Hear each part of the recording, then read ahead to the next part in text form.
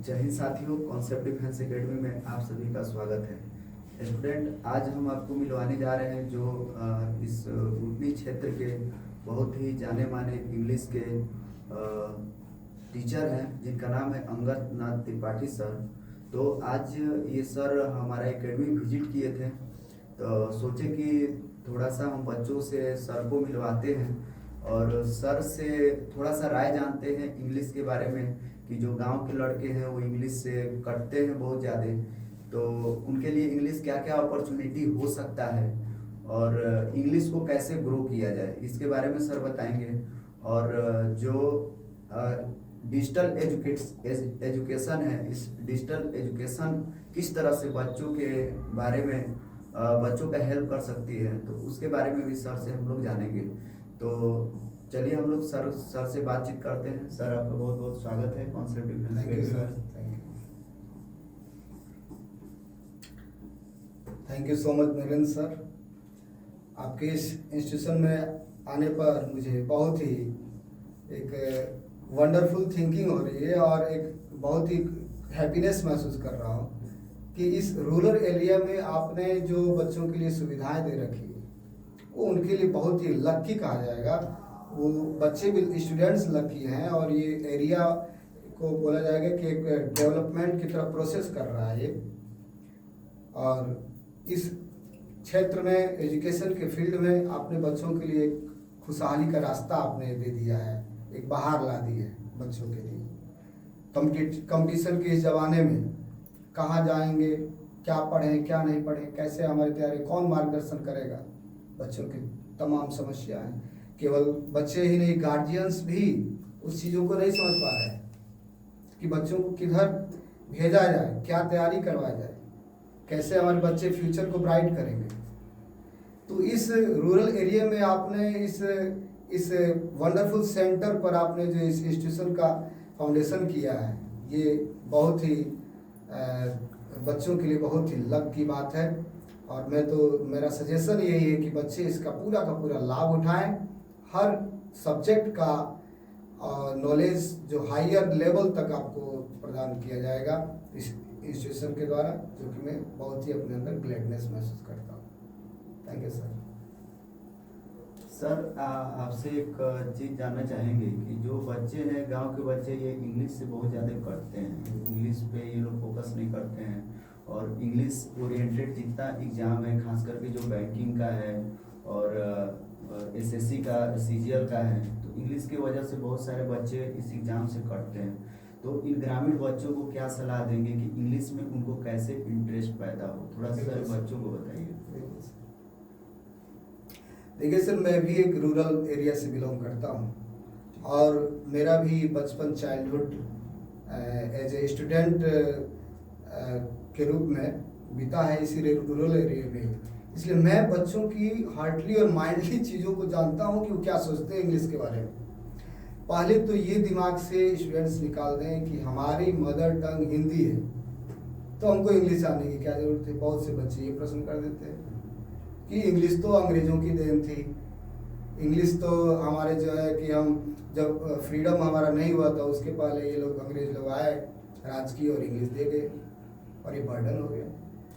But higher अपने mind को broad बनाइए थोड़ा।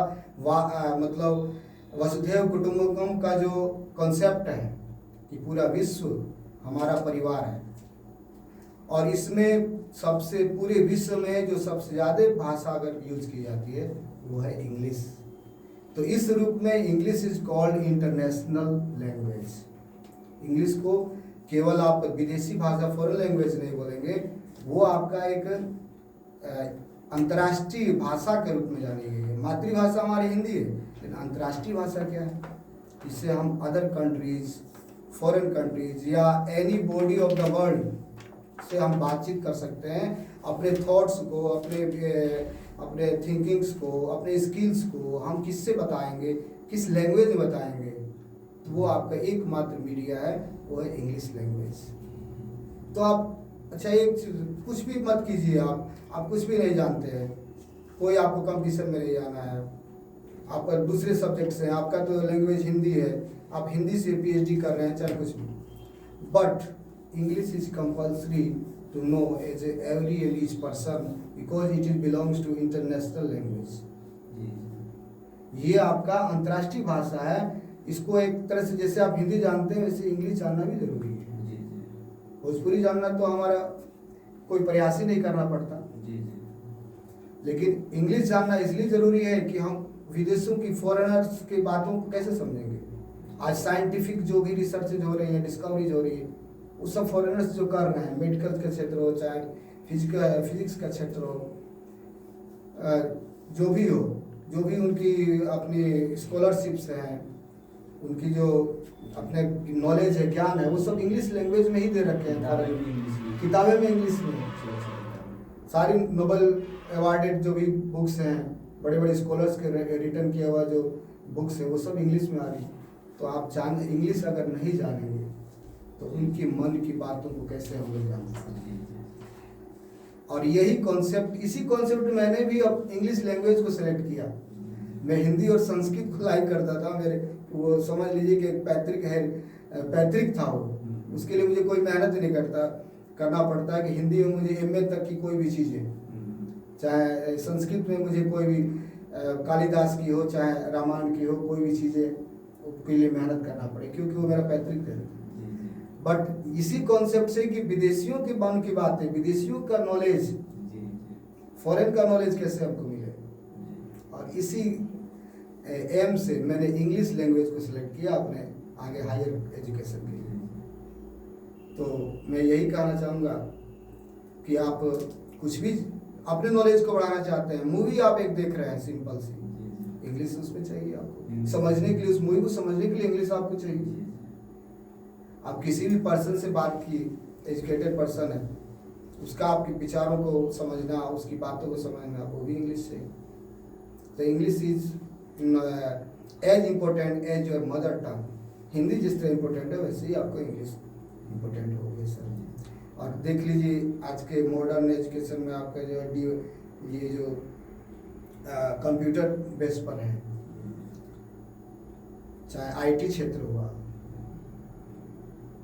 तो वो सारी चीजें तो इंग्लिश में ही है। सब इंग्लिश में। जापान की जितनी भी इन्वेंशंस हैं वो सब इंग्लिश नहीं जानेंगे तो हम लोग कैसे कॉन्सेप्ट कर पाएंगे, कैसे साइंटिस्ट से मिल पाएंगे।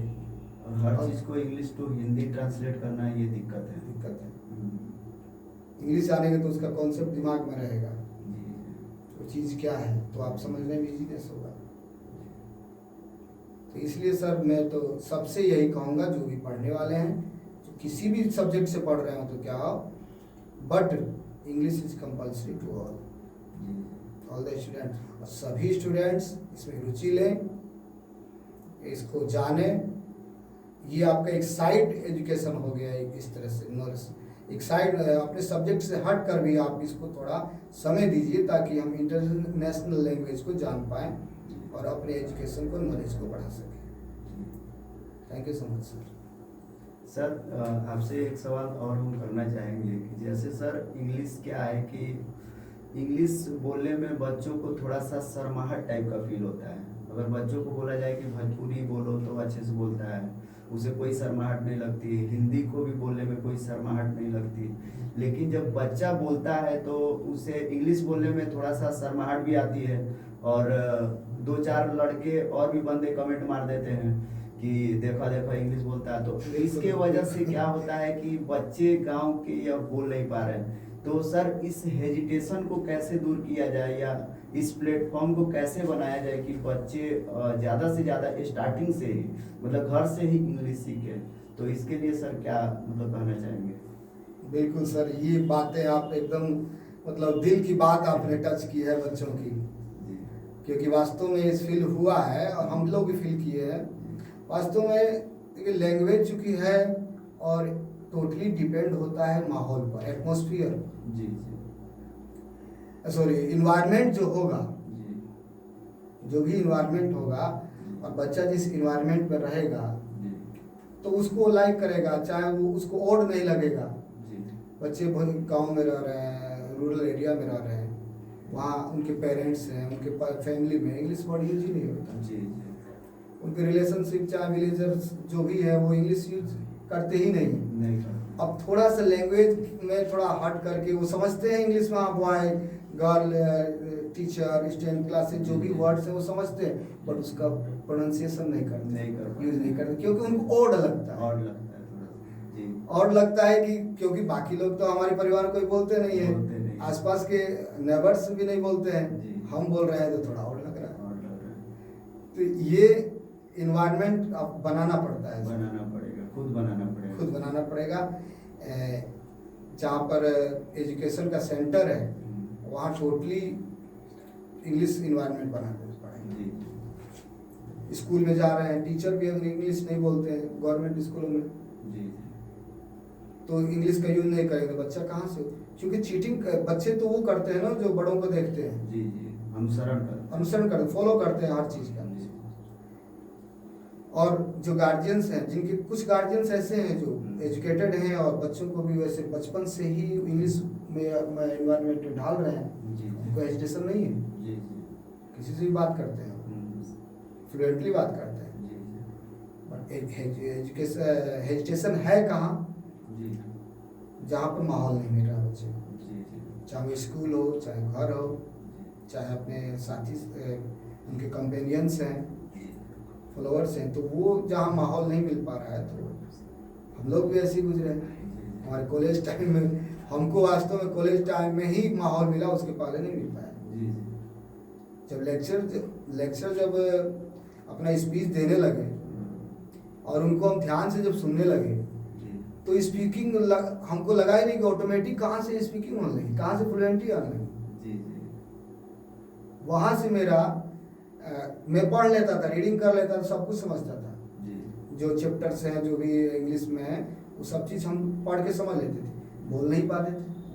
लेकिन जब हमारा लेक्चरर से जब साथ हुआ, उनकी फ्लुएंसी देखी, वो कैसे बोल रहे हैं, उनका साथ हुआ, इन्वायरमेंट मिला, तब से उनका एजुकेशन खत्म हो गया और हम फ्लुएंटली उसको फॉलो करने लगे। और स्टूडेंट के साथ में अपने या फिर अपने कंपेनियंस के साथ में, फ्रेंड्स के साथ में भी इंग्लिश शेयर करने लगे। घर पर भी इंग्लिश पर ज़्यादा फोकस होना, हैप्पीली उसको जो है फोकस करने लगे। तो ये सब चीज़ें इन्वायरमेंट पर डेवलप करती है, पूरा fully depend on the environment, और बच्चे का एजुकेशन पूरा खत्म हो जाएगा। इंस्टीट्यूशन है, इंस्टीट्यूशन में आप इंग्लिश अलाउ कीजिए, टोटली बच्चे जो भी हैं यहाँ से छोटे से बड़े तक के टोटल इंग्लिश टू इंग्लिश बोलेंगे, एजुकेशन खत्म हो जाएगा। Thank you sir. तो जैसा कि आप लोग सर की बातों को सुने, सर का ये कहना है बेसिकली कि अगर इंग्लिश आपको इम्प्रूव करना हो तो आपको घर से ही इम्प्रूव होगा। और जितने भी पेरेंट्स हैं उनको हम ये कहेंगे, जैसा कि सर कह रहे थे, कि पेरेंट्स को भी इसके लिए एक्टिव होना पड़ेगा। पेरेंट्स ज़रूरी है कि घर में अपने बच्चों से इंग्लिश में बातें करें, और इंग्लिश टू इंग्लिश अगर दोनों का कम्युनिकेशन रहेगा, बच्चे और पेरेंट्स का, तो बच्चा कभी उसे हेजिटेशन नहीं होगा और वो कहीं पे भी वो फ्लुएंटली बोलेगा। प्लस वैसे स्टूडेंट जो स्कूल में पढ़ रहे हैं, कॉलेज में पढ़ रहे हैं, तो वो सभी के सभी बच्चे अगर खुद का इन्वायरमेंट बनाएं, 4-5 लोग 10 लोग मिल करके, तो इंग्लिश बिल्कुल भी आसान हो जाएगी। और जैसा कि सर बता रहे थे, इंग्लिश इंटरनेशनली लैंग्वेज है, ये कहीं ना कहीं आपके पर्सनालिटी को भी डेवलप करेगी। तो ये सर का जो बात है, उम्मीद है कि आप सभी लोगों को अच्छा लगेगा। और सर जो भी बताएंगे अपना एक्सपीरियंस बताए, टीचिंग का एक्सपीरियंस, और सर की जो क्लासेस चलती हैं, सर कॉम्पिटिटिव 11th-12th ये सब की सारी क्लासेस सर चलाते हैं। तो ये सर बहुत सारे बच्चों को टीच भी कर चुके हैं, पढ़ा चुके हैं, जो बच्चे अभी शहर में जा करके, और कहीं ना कहीं वो सर का पढ़ाया हुआ ही देन है कि वो इंग्लिश में सारी बातों को समझ पा रहे हैं, या शहर यूनिवर्सिटी में इंग्लिश टू इंग्लिश जो लेक्चरर हैं उनके लेक्चर को समझ पा रहे हैं, सब सर की भी देन है। तो सर आए स्टूडियो में, इसके लिए सर को बहुत बहुत धन्यवाद सर। आपको भी सर।